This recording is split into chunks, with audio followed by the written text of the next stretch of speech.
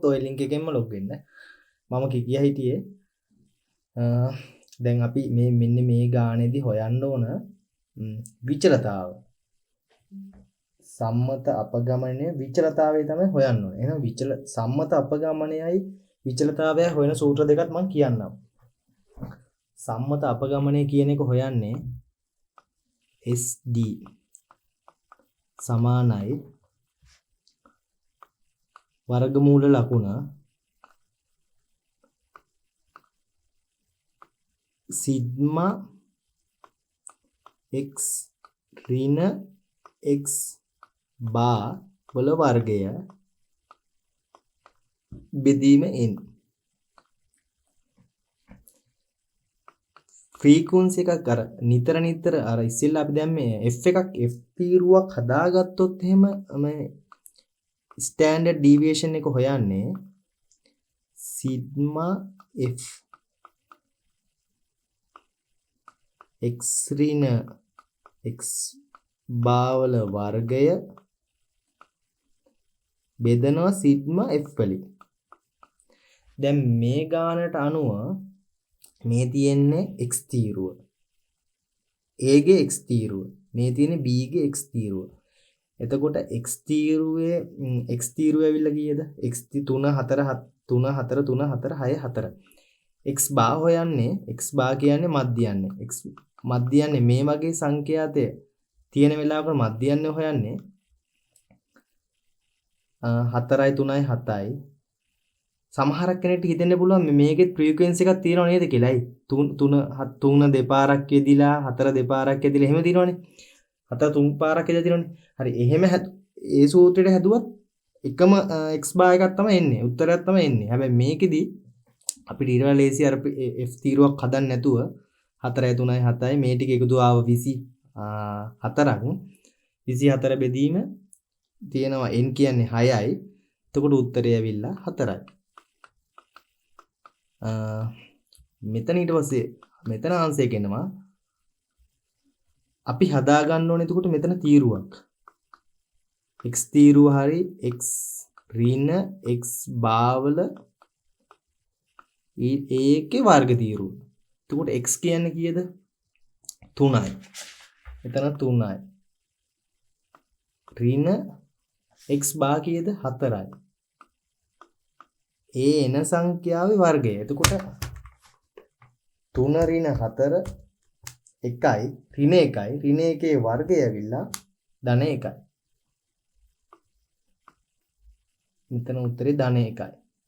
ඊළඟ එක එන්නේ 4 ඍණ 4. 4 ඍණ 4 කියන්නේ බිඳුවයි බිඳුවේ වර්ගයේ බිඳුවමයි. ඊළඟේ උත්තරේ 3 3 ඍණ 4 කියන්නේ 1යි. මෙතන එනවා 6 කියලා ගත්තා කියන්නකෝ. 6 ඍණ 4 ඒකේ වර්ගය ඇවිල්ලා 4යි. එතකොට මෙතන ආදේශ කරගන්න පුළුවන් නේ තුරනේ. සිග්මා x කියන්නේ මෙන්න මේ ටිකේ එකතුව බෙදනවා n ගෙන්. n කියන්නේ 1යි 2යි 3යි 4යි 5යි 6යි 6යි. ඒ එන උත්තරේ තියෙනවනේ. ඒක තමයි ඇවිල්ලා SD සම්මත අපගමනය. හැබැයි සම්මත අපගමනයයි විචලතාවය අතර වෙනස තියෙන්නේ මෙන්න මේක නැති එක. SD වල මේක තියෙනවා.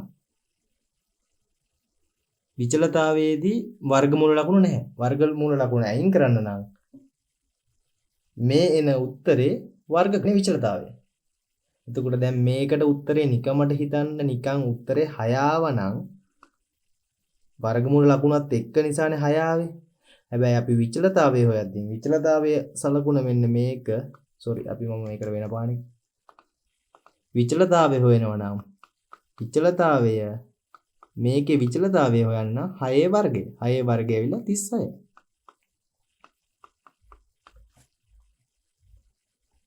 එතකොට මේ ගානට පුළුවන් නේද පළවෙනි එක ඇවිල්ලා ඒ x බා එකත් හොයාගන්න. x බා එක හොයලා විචලතාවය හොයන්න.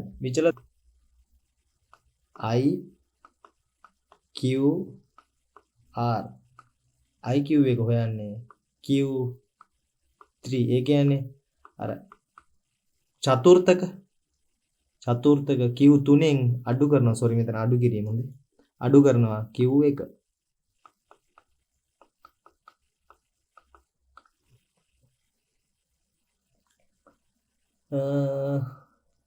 එතකොට පළවෙනි දෙවෙනි ගානයි තුන්වෙනි ගානයි දෙකම සම්බන්ධ වෙන්නේ ඔය ඉස්සිල්ලා කියව දුන්න අර මධ්‍යන්නේ මාතය මේ මධ්‍යස්තය ස්ටෑන්ඩඩ් ඩීවියේෂන් එක චතුර්ථක ඔන්න ඔය ටිකත් එක්ක තමයි මෙන්න මේ පළවෙනි එක සෙට් වෙන්නේ.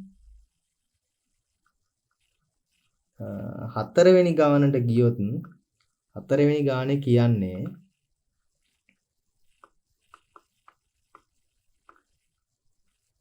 හතරවෙනි ගාන x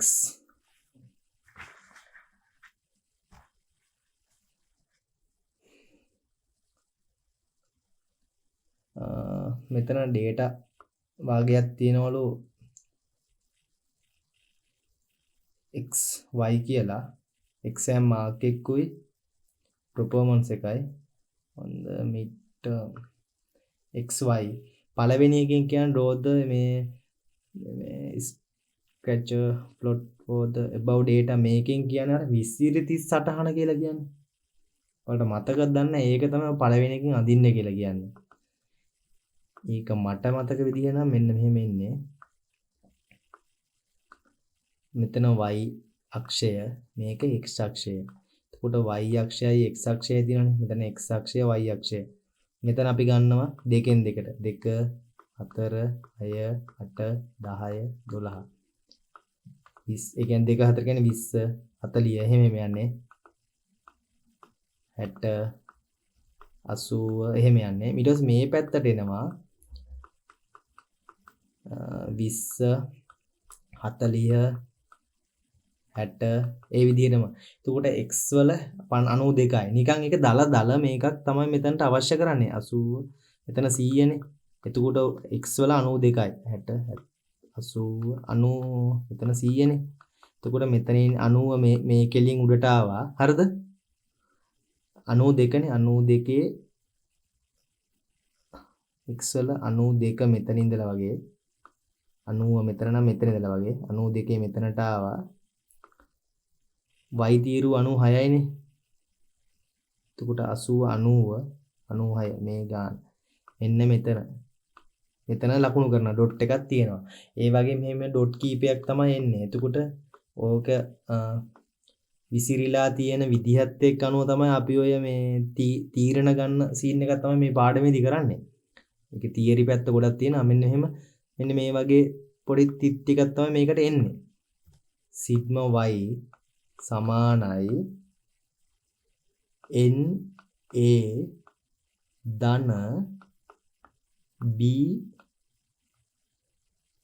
සිග්මා x මේකයි ඊට පස්සේ තවත් සූත්‍රයක් තියෙනවා සිග්මා xy සමානයි a සිග්මා x ධන b සිග්මා x වර්ග මේ පළවෙනි එක මේ දෙවෙනි එක ඒ දෙක කරගන්න කලින් අපට කලින්ම පේපර් එකේ තියෙන්නේ කොහොමද මේ x තීරුවයි y තීරුවයිනේ හරිද එතකොට x තීරුව තියෙනවා x තීරුව තියෙනවා ඊට පස්සේ y තීරුව තියෙනවා ඒ දෙක දැන් අපිට කොහොමද දීලා තියෙනවනේ අපිට ඒට අමතරව ඕන කරනවා දැන් බලන්න y මේ කියන්නේ සිග්මා y තීරුවේ එකතුව na කියන එක අතහරින්නකෝ b කියන එක අතහරින්නකෝ ඊළඟට තියෙනවා සිග්මා x කියන්නේ එහෙනම් මේ තීරුවේ එකතුව ඒකත් හරි අවුලක් නැහැ ආයෙ අපිට මොකක්ද ඕන කරන්නේ xy තීරුව එතකොට xy තීරුවක් අපි හදා ගන්නවා ඊට පස්සේ ආයෙත් මේ කියලා තියෙන්නේ සිග්මා x ඒන උත්තරේ ඒකෙන් වැඩි කරන්න කියන්නේ ආයෙ තියෙනවා මෙතන සිග්මා x වර්ග. ඒ කියන්නේ මෙන්න මේකේ තියෙන හිතන්නකො මේ පළවෙනි එක 92 වර්ගය. එතකොට මෙතනට එනවා x වර්ග තීරුව. එතකොට මෙතනට මේ ටික ගත්තම් මෙතනට ආන්සර් එකක් එයි. මෙතනට ආන්සර් එකක් එයි. මෙතනටයි මේ හරියට ආන්සර් 4ක් එනවා. n කියලා කියන්නේ මෙන්න මේ පද ගණන 1යි 2යි 3යි 4යි 5යි 6යි 7යි 8යි. එතකොට n එක ඇවිල්ලා 8යි. හැම වෙලේම n ඇවිල්ලා 8යි. අපි හොයන්න ඕන මේ a b කියන එක. එතකොට මේ සූත්‍රයට දාලා මේ y එන x yx ඔන්න ඒ සූත්‍රයට දාලා ඒක හදන එක. තුන්වෙනි එකෙන් කියන්නේ correlationship coefficients and correlationship coefficients එක. ඒ කියන්නේ r කියන එක තමයි හොයන්න දෙන්නේ. r අපි ඒකට කියනවා r කියලා. sigma xy ඍණ sigma x sigma y ඊට පස්සේ වර්ගමූල ලකුණ. හරිද? ඊට පස්සේ මෙතන කොටු අරහණක් දාගන්න මුලින්ම දෙකක්.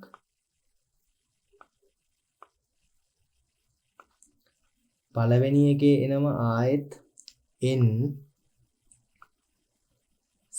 sigma x වර්ග ඍණ වරහන ඇතුලේ sigma x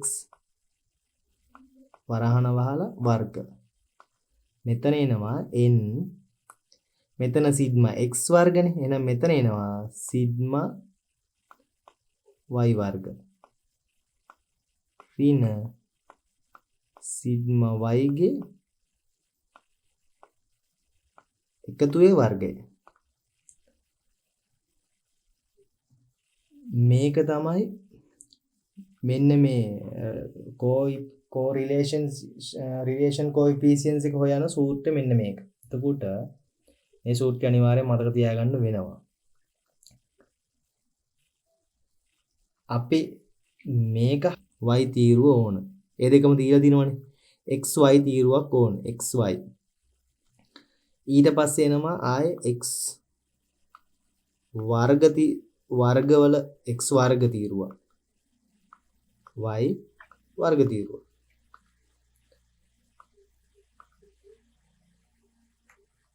n කියන්නේ හැම වෙලෙම 8. හරිද? මේ තීරු ටික හදාගත්තම මතක තියාගන්න n කියන්නේ එතකොට n කියන්නේ කීයද? 8යි. 8යි. sigma xy. එතකොට sigma xy කියන්නේ මෙන්න මෙතනට ආපු උත්තරේ. එකක් මේකෙන් අඩු වෙන්න ඕන sigma x සහ sigma y වල වර්ගය. මෙතන තියෙන්නේ ಗುಣ කිරීමක්. හොඳයි. එතකොට sigma x නම් මෙන්න මේ තීරුව. මේ තීරුවට එනවා 612ක්. ಗುಣ වීමක් තියෙන්නේ ආයි sigma y තීරුව. sigma y තීරුවෙත් එනවා 612ක්. ඔයාලා කැලලකට දානකොට වරහන් ඇතුලේ මේ දෙක ගහලා මේ දෙක සුළු කරලා ඒන අගයෙන් මෙන්න මේකෙන් මේක වැඩි කරලා එන අගය තමයි අඩු කරන්න ඕන. අඩු මේ බෙදීම මතකද වර්ගමූල ලකුණ ඇතුලේ සම්පූර්ණ දැන් වර්ගමූල ලකුණ ගහන්න ඕන. වර්ගමූල ලකුණ ඇතුලේ ලොකු වරහනක් දා ගන්නවා. මේ පොඩ් එකේ මේක එකින් එක සුළු කරන් යන්න. නැත්තම් පැටලෙයි. සම්පූර්ණ කැල්ලකට දාන්න පුළුවන්. මට එකින් එක සුළු කරන්න. මෙතන n කියන්නේ එතකොට 8යි. sigma x වර්ග පටලවා ගන්න පා sigma x වර්ග. එතකොට මම කියවනේ x වර්ග තීරුවක් කියවුවා කියලා. x වර්ග තීරුව. මෙන්න මේ තීරුවේ එකතුව තමයි මෙතනට එන්නේ. sigma x වර්ග. එතකොට මේ x වර්ග තීරුව එනවා 49158යි. ගුණ කිරීම 49158යි. වරහන මේකටත් වරහනක් දාගන්න වරහන වැහුවා.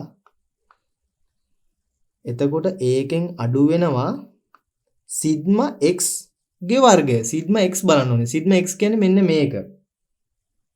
මේක කීයද? සිග්මා x ඉස්සෙල්ලා ගත්තේ 612යි. එතකොට මෙතන එන්නේ 612 කියන එකේ වර්ගය. හොඳේ. පටලවා ගන්න එපා. 612 වර්ගය. මේ පැත්තට n කියන්නේ 8යි. සිග්මා y වර්ග කියන්නේ මේක නෙමෙයි මෙතන මේක y වර්ග 49416යි 49416යි ඍණ මෙතන තියෙන සිග්මා y වර්ගනේ සිග්මා y කියන එකේ එකතුවේ වර්ගයක්. එතකොට සිග්මා y මෙන්න මේ තීරුවේ වර්ගයක්. ඒ තීරුව ඇවිල්ලා ඒත් 612යි. 612 කියන එකේ වර්ගයක්. මේ ටික සුළු කරාම උත්තරේ ඉරෙන් උඩට එනවා 19536යි. 19536යි. බෙදනවා 19725යි.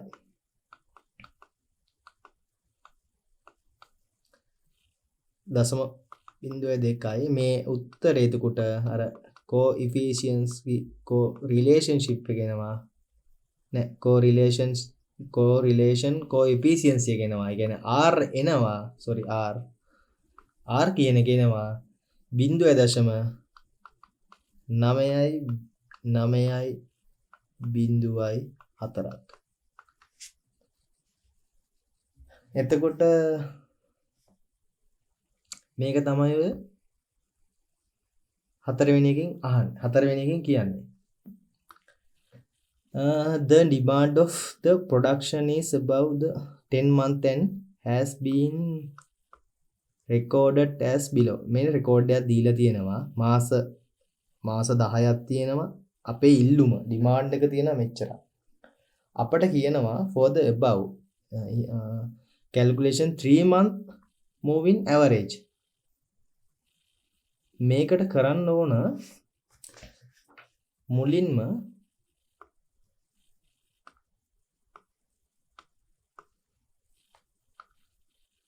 month එක ගත්තා ජනවාරි පෙබරවාරි මාර්තු අප්‍රේල් ඒ ටික එහෙම යනවා. ඊට පස්සේ දෙවෙනි රූලෙන් එන්න ඕන ඩිමාන්ඩ් එක. ඩිමාන්ඩ් එක කීයද?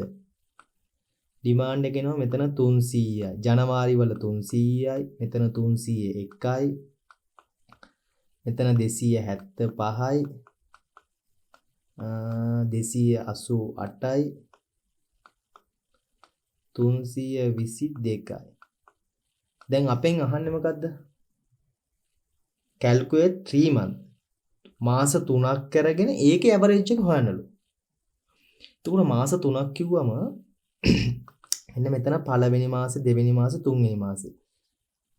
මේ තුනේ එකතුව ගන්නවා. ඒක ගන්න මෙන්න මේ තීරුවට. මෙන්න මෙතන. ඒ කියන්නේ පළවෙනි තීරුව කොහොම අසීස්, දෙවෙනි තීරුවට තමයි අපි එක ගන්නෙ. මෙන්න මේ තුනේ එකතුව. එතකොට ඒක ගන්නෙ මෙතනට නෙමෙයි මේ හරියට. බලන්න 300 ධන 301 ධන 275 කීයද 876යි. අපෙන් ඊට මෙතන මේ කියලා තියෙන්නේ මෙතන දාන්න 3 month demand එක. 3 month demand එක තමයි මේ තියෙන්නේ. ඊට පස්සේ තව තීරුවක් එනවා. අපෙන් අවසාන තීරුව අහන්නේ ඇවරේජ් එකනේ. එහෙනම් 3 month ඇවරේජ් එක එනවා. ඇවරේජ් එක එනවා 876නේ. 876 දැන් 3 month නම් මාස 876 කියන එක බෙදන්න ඕනේ 3. 292යි. දැන් ඊළඟට ආයෙ මාස 3ක්නේ. එතකොට දැන් මේක එන්නේ දැන් මේකාවේ මේකෙලින් නම් එතකොට මේක එන්නේ මේකෙලින්නේ. එතකොට මේ මාස 3 301යි 275යි 288යි කියන මාස 3. 301 275 288 864යි. 864යි මාස 3ක් නිසා බෙදනවා 3ෙන් 288.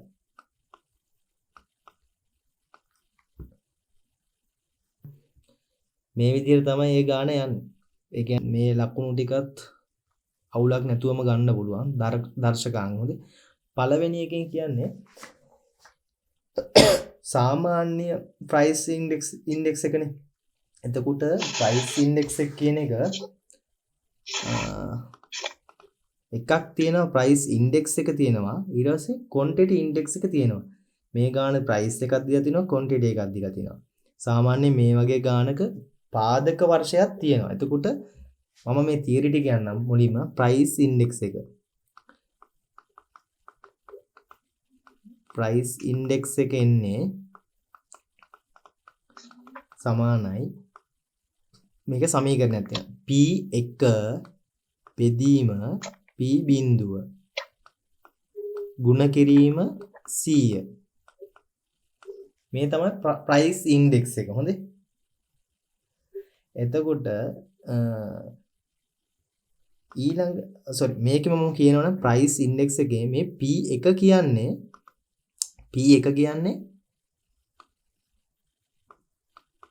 P බිඳුව කියන්නේ පාදක වර්ෂයේ බේස් D එක. බේස් C එක තමයි මේ තියෙන්නේ බේස් C එක. බේස් C එකේ ප්‍රයිස් එක. හොඳේ. බේස් C එකේ ප්‍රයිස් එක. මේක තමයි බේස් එක. එතකොට මේ තමයි මේ පාද වර්ෂය මේ අර සලකා බලන වර්ෂය P1 කියන්නේ. ප්‍රයිස් ඉන්ඩෙක්ස් එක ඔය. එතකොට ඊළඟ එක තමයි ක්වොන්ටිටි ඉන්ඩෙක්ස් එක. ක්වොන්ටිටි ඉන්ඩෙක්ස් එක. ක්වොන්ටිටි ඉන්ඩෙක්ස් එක හොයන්නේ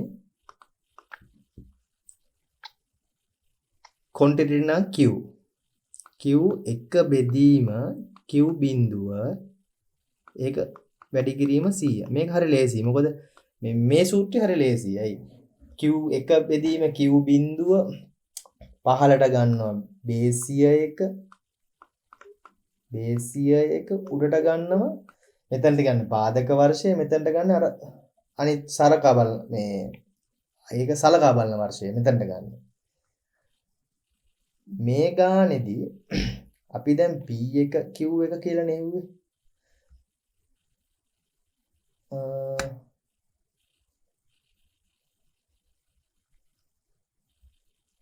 මේ ගානට ගියොත් එහෙම මේ ගානේ තියෙනවා consider the following information. item වර්ග තියෙනවා A B C D කියලා. price එක තියෙනවා 91 97 91යි. quantity එකත් 91යි 97යි. මේ පහලින් කියලා දෙනවා by taking 1991 ගන්නලු base CA එක විදියට. base CA එක තමයි එතකොට 1991 කියන එක. base CA එක 1991 කියලා ගන්න කියනවා. එතකොට අනිත් වර්ෂය තමයි 1997. අපි ඒ නිසා මෙහෙම හදා ගන්නවා. ඉස්සෙල්ලාම A B C D ඔය ටිකනේ තියෙන්නේ.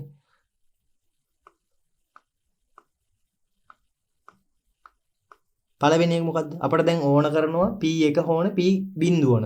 ඉස්සෙල්ලාම P බිඳුව P1. P බිඳුව කියන්නේ මොකද්ද? 1991 තමයි පාද වර්ෂයේ විදිහට ගන්න කියන්නේ. එහෙනම් බේස් C එක තමයි 1991. ඒකේ තියෙනවා A ගේ 5යි 4යි 8යි 5යි. එතන එකතුව ගන්න. P1 කියන්නේ සලකා බලන වර්ෂය. ඒක අනුවනේ හදන්න තියෙන්නේ. ඒකට 8 3 3 7. 8යි 3යි 3යි 7යි. මේකේ මේ අනුව ආංශය ගෙනවා මෙතන. ඒක වැඩි කරනවා 100ෙන්. P1 එනවා 8යි 3යි 3යි 7නේ. ඒකේ උත්තරේ එනවා 21ක්. එකතු කරලා බලන්න. P බිඳුව එනවා 5යි 4යි 8යි 5ක් එනවා. ඒකේ එනවා 22ක්. 21 බෙදීම 22 වැඩි කිරීම 100 කියන්නේ උත්තරේ 95.41ක්. 95.45ක්. මේ ඇවිල්ලා මෙන්න මේ සිම්පල් ඇග්‍රිගේට් ප්‍රයිස් ඉන්ඩෙක්ස් එක. දෙවෙනි එක එතකොට සිම්පල් ඇග්‍රිගේට් ක්වොන්ටිටි ඉන්ඩෙක්ස් එකනේ. ඒක හොයන්නේ ඒකෙත් අර විදිහමයි. A B C D කියලා පහළට එනවා. මෙතන ඉන්නේ Q බිඳුව, මෙතන ඉන්නේ Q එක. Q බිඳුව කියන්නේ මෙන්න මේ 1991 තියෙන ටික. මේකට එනවා 1997 ටික. මේක සුළු කරාම මෙතනට උත්තරය එනවා Q එක ඉල්ල 80යි බෙදීම 57යි. වැඩි කිරීම 100.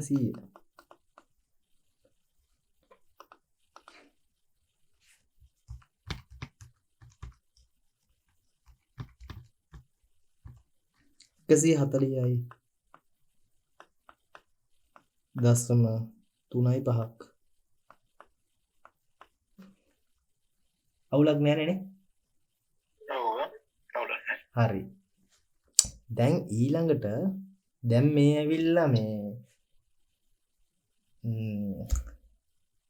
සාමාන්‍ය මිලයි ක්වොන්ටිටි එකයි මේ ඉන්ඩෙක්ස් එක නෙවෙයි. අපි ඊළඟට හොයනවා දැන් මේ ඊළඟ ගාණෙන් කියනවා මෙන්න මේ මිල්ක් රයිස් බිස්කට් කියලා තියෙනවලු 1996 දී ප්‍රයිස් එකයි ක්වොන්ටිටි එකයි තියෙනවා. 2005 දී ප්‍රයිස් එකයි ක්වොන්ටිටි එකයි තියෙනවා. හැබැයි මේකෙත් ඒ දෙකම තමයි ඉල්ලන්නේ ප්‍රයිස් ඇන්ඩ් ක්වොන්ටිටි ඉන්ඩෙක්ස් එක. තව ක්‍රම දෙකක් තියෙනවා. ලැස්පියර් සහ පාෂේ. එතකොට ලැස්පියර් එක අනුව මිල දර්ශකයයි පාෂේ එක අනුව මිල දර්ශකය සහ ඒ ප්‍රමාණ දර්ශකය අපි හොයන විදිය සූත්‍ර දෙකක් තියෙනවා. ලැස්පියර් එකේදී ලැස්පියර් එක මම L කියලා දාන්නම්කෝ. ලැස්පියර් ප්‍රයිස් ඉන්ඩෙක්ස් එක ඒකෙදි හොයන්නේ මෙන්න මෙහෙම. සිග්මා මතක තියාගන්න. දැන් අපි හොයන්නේ මොකද්ද? ලැස්පියර් එකේ ප්‍රයිස් එකනේ. එහෙනම් ඉස්සෙල්ලාම ගන්නේ sigma P 1 sigma P බිඳුව. P එක නම් උඩට ගත්තේ P බිඳුව ගන්නවා පහළට. ඊට පස්සේ අපි ඒක වැඩි කරනවා Q බිඳුව වැඩි කිරීම 100. මේ ඇවිල්ලා මිල දර්ශකයනේ. ලැස්පියර් එකේ මිල දර්ශකය. ප්‍රමාණ දර්ශකය හොයන්නේ ලැස්පියර් ක්වොන්ටිටි ඉන්ඩෙක්ස් එක හොයන්නේ. දැන් මේ ප්‍රයිස් එක නම් ඉස්සෙල්ලාම ගත්තේ P. එහෙනම් අපි ක්වොන්ටිටි එක ගන්නවා නම් sigma Q1 sigma Q බිඳුව Q එක ගත්තා Q බිඳුව ගත්තා. දැන් මෙතන ගත්තේ Q බිඳුවනේ. එහෙනම් මේකේ අනිත් පැත්ත P බිඳුව වැඩි කිරීම 100. මේක ඇවිල්ලා ලැස්පියර්.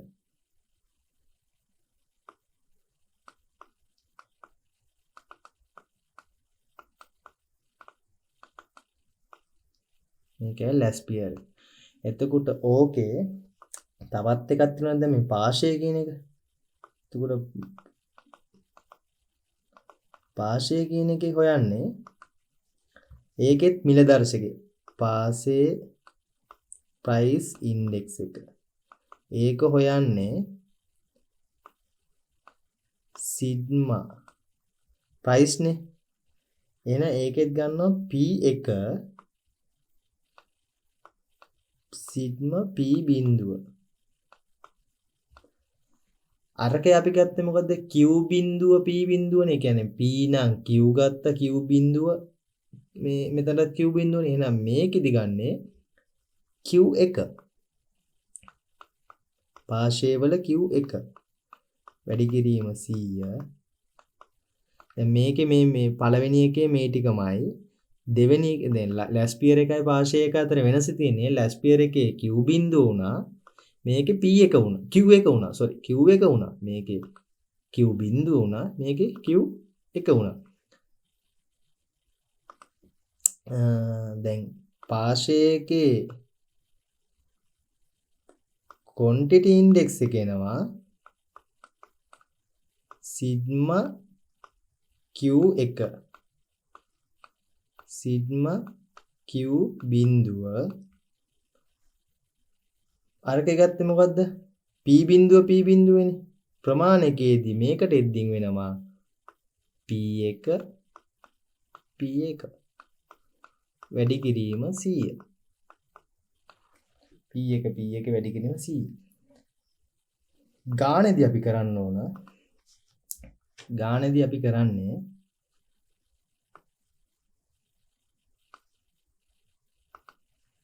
ඉස්සෙල්ලාම බලන්න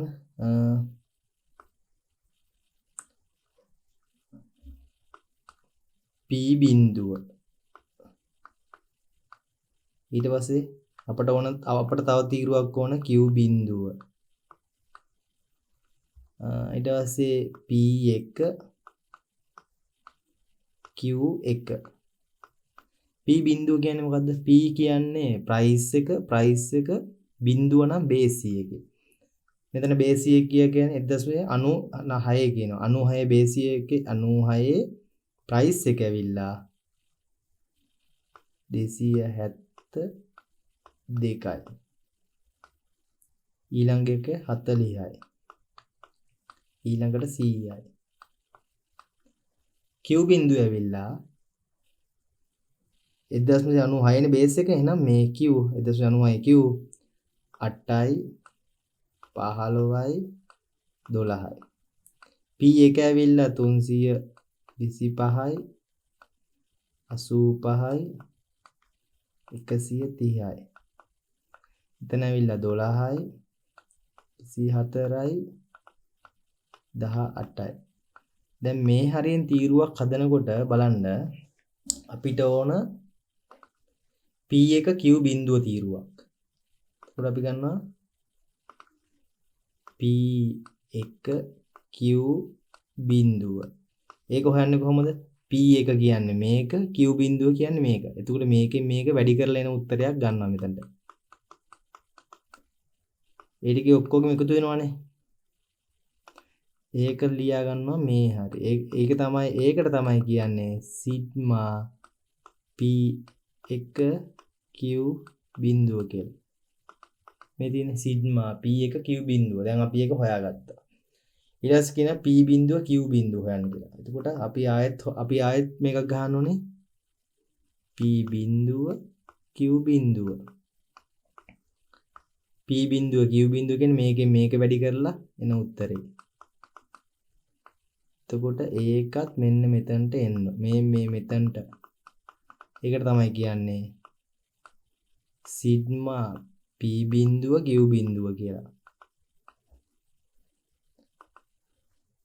P බිඳුව Q බිඳුව එකක් හොයන්න ඕනේ Q1 P බිඳුව Q1 P බිඳුව Q1 P බිඳුව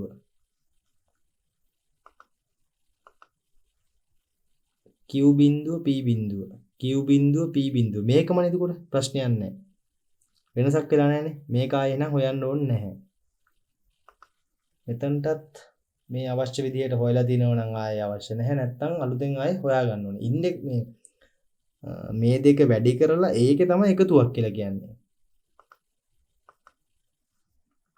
එතකොට ඒකත් හරි එතකොට ඒ ගානත් ඉවරයි පළවෙනි එක අවුලක් නැහැ දැන් මම කියා දුන්න විදිහත් එක්ක එතකොට දෙවෙනි එකයි තුන්වෙනි එකයි මේ මොනවාද දර්ශකාංගත් එක්ක කියන්නේ මිල දර්ශක ලැස්පිය පාශය සාමාන්‍ය මිල දර්ශක ඒ ටිකත් එක්ක එතන ලකුණු 20ක් එතකොට 6 වෙනි ගාන නම් මම බැලුවේ නැහැ එතන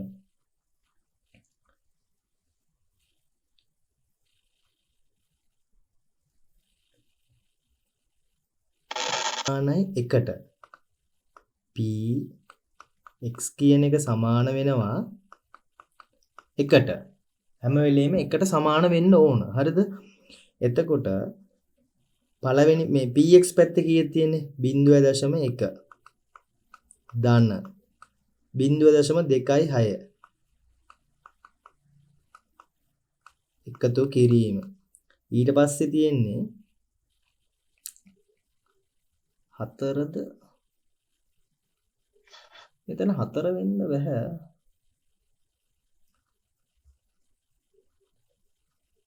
a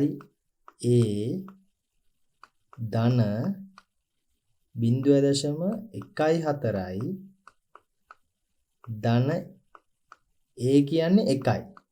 1යි දැන් මේ a කියලා තියෙන්නේ 1යි එනේ. එනිකන් අපිට දීලා තියෙන්නේ a කියලා. එතකොට 1යි a මේක සමාන වෙනවා 1ට. හරිද? එතකොට මෙතන උත්තරේ එනවා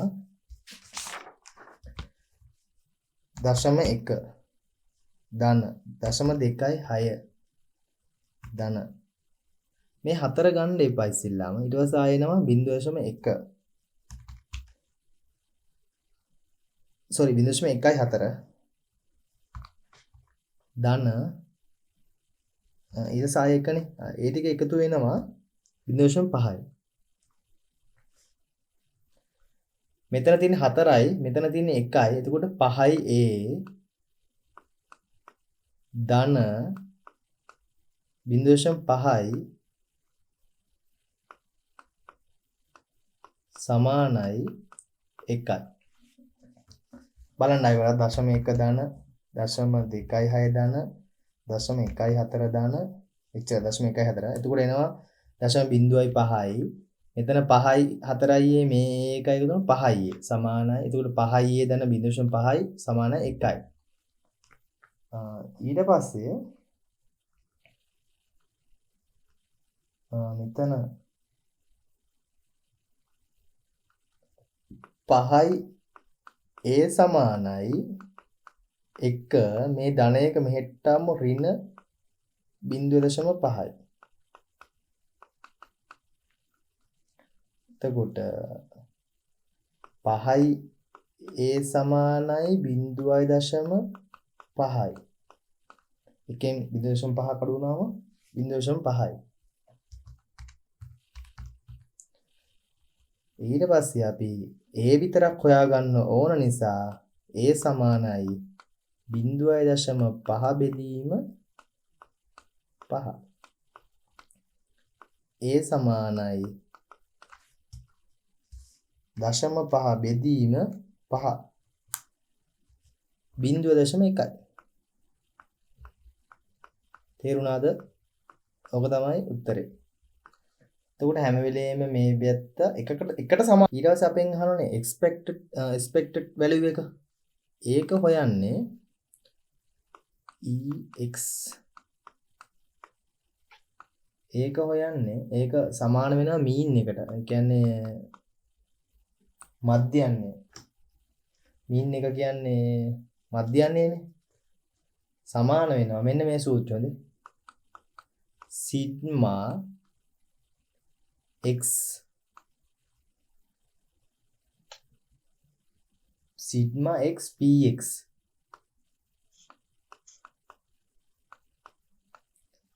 දෙවෙනි එකත් අහනවා මේ සූත්‍රයත් මම මෙතන ලියන්නම්කෝ. variance එක c variance එක හොයන්නේ variance එක x වල හොඳේ variance මේක නම් දැන් මේක x නේ x වල එතකොට variance එක x වල sigma x වර්ග p x px sigma x වර්ග px ගෙන් අඩු කරනවා මේන expected value කියනවනේ mean එකේ වර්ගය. මේකට මොකක් හරි උත්තරයක් ආව නම් 4 නම් 4 වර්ගය. ඒක එතකොට මේ දෙකටම අපිට මේ දෙකම හදන්න ලේසි. මෙන්න මේ විදිහට වගුව වෙනස් කරගත්තම. මුලින්ම තියෙනවා x තීරුව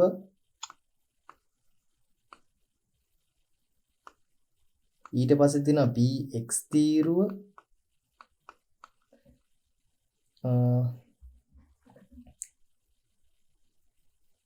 x තීරුව px තීරුව ඊට පස්සේ අපට ඕන කරනවා x px තීරුව x px කියන්නේ මේ අවන්ත මෙතන මේ x වැඩි කිරීම px කියන එක හොඳේ x මේකෙන් වැඩි කරනවා හොඳේ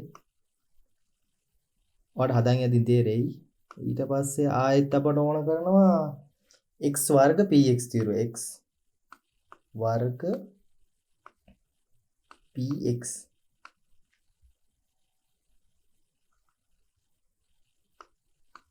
මෙතන කීයක් තියෙන දශම ඍණ 1යි බිංදුවයි 1 2 3යි 1 2 3යි මෙතන තියෙනවා 0.1යි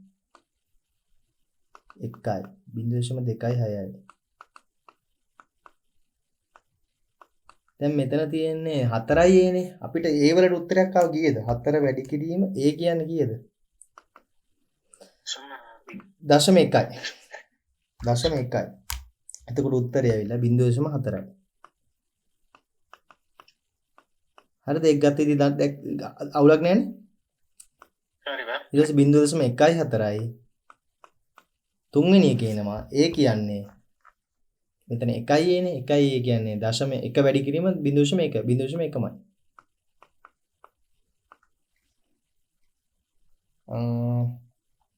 ඊට පස්සේ අපට ඕන x px තීරුවනේ x කියන්නේ කීයද ඍණ 1යි ඍණ 1 වැඩි කිරීම 0.1 0.1 කොට එනවා උත්තරේ ඍණ 0.1යි ඍණ 0.1යි බිංදුව වැඩි කිරීම 0.26 බිංදුවමයි 1 වැඩි කිරීම 0.4 0.04මයි 2 වැඩි කිරීම 1.4 2.8යි 3 වැඩි කිරීම 0.1 0.3යි e මෙතන ඔය වැඩි කිරීම හොඳේ p වැඩි කිරීම px තීරුව p වැඩි කිරීම px තීරුව කියන්නේ මේක වැඩි කරලා මේ උත්තරේ ගත්තා ඊට පස්සේ අපිට ඕන කරන්නේ p වර්ග px x වර්ග px තීරුව x නම් මේ x ගේ වර්ගය නම් ඍණ 1 වර්ගය ඍණ 1 වර්ගය ඍණ 1 වර්ගය ඇවිල්ලා ධන 1යි. එතකොට ඍණ සංඛ්‍යාවක් තවත් ඍණ සංඛ්‍යාවෙන් ගුණ වුණාම මේක ධන වෙනවනේ. එතකොට ධන 1යි. ධන 1 වැඩි කරනවා px ගෙන් ධන 1 වැඩි කිරීම px කියන්නේ 0.1 0.01යි 0.01යි. එතකොට බිංදුව වැඩි කරනවා බිංදුවේ වර්ගයේ බිංදුවමයි ඒක වැඩි කරනවා 0.2යි. එතකොට ඒත් උත්තරේ බිංදුවයි. මෙතන x 1 වැඩි කිරීම 1 වර්ගයේ 1මයි ඒක වැඩි කරනවා 0.04යි. 0.4යි. 2 වර්ගයේ 4යි 4 වැඩි කරනවා 0.14යි. 0.5යි. 3 වර්ගයේ 9යි 9 වැඩි කරනවා 0.1යි. 0.9යි.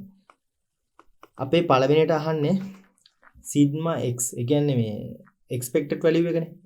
එතකොට ඒක හොයන්න ඕනේ sigma x px x px ගේ එකතුව. එතකොට මෙන්න මේ දෙකේ එකතුව. මෙන්න මේ ටිකේ එකතුව. ඒ තමයි මෙන්න මේ පළවෙනි එකට උත්තරය.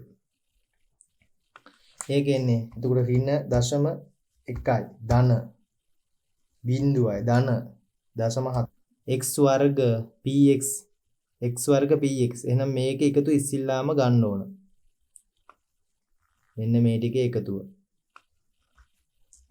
0.01 ධන බිංදුව ධන 0.4 ධන 0.56 ධන 0.9. උත්තරේ 1.87යි. 1.87යි. ඒකෙන් අඩු කරනවා 3.4ක්. ඇයි? sorry 3.4 වර්ගයක්.